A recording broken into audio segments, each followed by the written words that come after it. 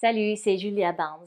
Dans ce tuto, on va regarder la respiration, comment on respire pendant une pratique de Vinyasa Yoga et notamment on va examiner un petit peu la respiration Ujjayi qu'on utilise classiquement pendant la pratique du Vinyasa Yoga. Donc pour commencer, on va placer les mains sur la cage thoracique. Tu as les doigts devant et les pouces derrière sur l'arrière de tes côtes. Et là, quand tu inspires, on veut sentir que la cage thoracique est mobile, qu'elle bouge. Inspire, sens que la cage thoracique gonfle. Donc, les coudes poussent contre les mains. Tu devrais sentir que les coudes poussent les mains légèrement vers l'extérieur. Et quand tu expires, sens que les coudes dégonflent et rentrent et descendent légèrement. Et ce mouvement est sur 360 degrés, donc on ne va pas juste avoir la poitrine qui bouge, mais sur les côtés, les côtes dans le dos aussi qui sont mobiles. Inspire, expansion de la cage thoracique sur 360 degrés. Expire, sens les côtes qui rentrent et descendent légèrement. Et c'est cette respiration thoracique qu'on cherche à avoir principalement pendant la pratique. On ne veut pas utiliser une respiration ventrale, donc on bouge consciemment le ventre avec le souffle parce que c'est un petit peu moins stable. On cherche à stabiliser les abdominaux pendant qu'on est en mouvement en tout cas. Donc c'est plutôt une respiration thoracique qu'on va utiliser pour nous rendre plus stables.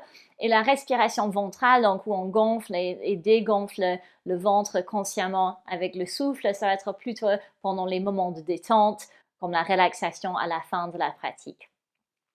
Donc, on va rester pendant la pratique avec cette respiration plutôt thoracique. Et la respiration qu'on utilise, c'est la respiration Ujjayi.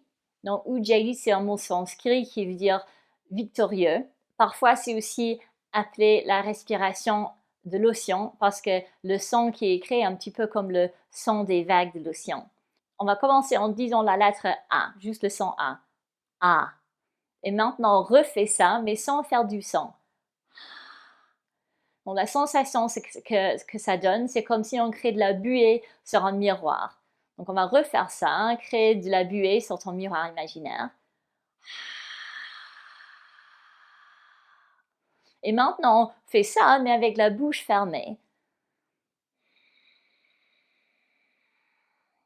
Et peut-être tu peux sentir la sensation de la respiration dans l'arrière de la gorge. C'est comme si tu massais la gorge avec la respiration, si tu veux.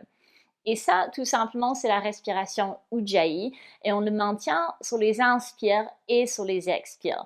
Donc, on prend quelques respirations maintenant pour mettre ça en place. Tu peux fermer les yeux si tu préfères.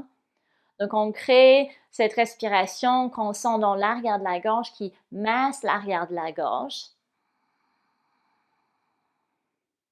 On continue de respirer de cette manière un peu. Et on le fait sur les inspires et sur les expires. Donc, moi, je vais parler un petit peu pendant que toi, tu continues à explorer cette respiration Ujjayi.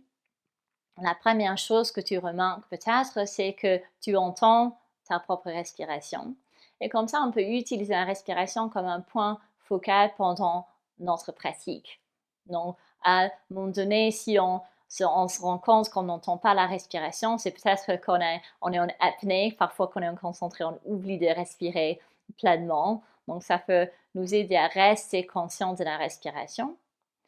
Et ça nous donne un point focal pour notre pratique aussi. Donc, tu vas entendre la respiration comme des vagues de l'océan.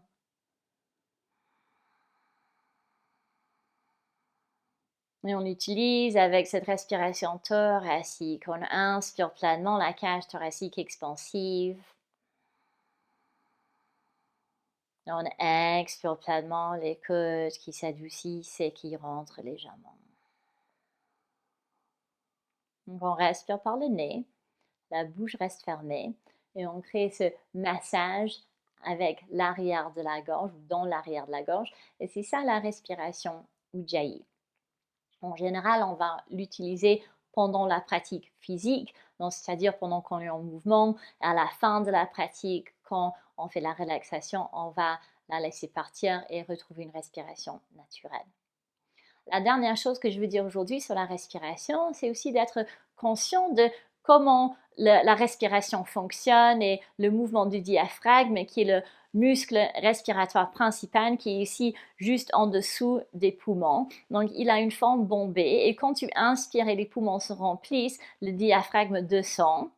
Et quand on expire, il remonte naturellement vers le haut quand les poumons se vident. Donc, inspire, le diaphragme descend. Expire, il remonte. Et les muscles du plancher pelvien, donc les muscles en bas du torse, donc entre le pubis et le coccyx et entre les ischions, font la même chose. C'est une autre sorte de diaphragme si tu veux. Et quand tu expires, en même temps que le diaphragme respirateur remonte, le plancher pelvien remonte un petit peu. Et quand on inspire et le diaphragme descend, le plancher pelvien descend un petit peu. Donc il fait le même mouvement que le diaphragme respiratoire. Il monte sur les expires, il descend un peu sur les inspires. Et ça, c'est un mouvement naturel qui devrait se faire avec le souffle. Parfois, quand on arrive à l'âge adulte, ce mouvement naturel peut devenir un petit peu perdu. On peut créer une habitude respiratoire où quand on inspire, on a tendance à rentrer le ventre et quand on expire, on relâche et le ventre relâche et sort un petit peu. Donc, c'est le contraire de ce qu'on cherche. Donc, plutôt que de sentir qu'on inspire, on rentre, on expire, on relâche le ventre, on va inspirer, laisser la cage thoracique et le ventre gonfler légèrement. On ne pousse pas consciemment le ventre vers l'extérieur, c'est juste qu'il relâche naturellement un peu. Et quand on expire, et le plancher pelvien s'active naturellement et le diaphragme remonte, le ventre rentre et monte légèrement aussi. Donc, c'est juste des petits mouvements. Inspire, cage thoracique et ventre un peu plus expansif.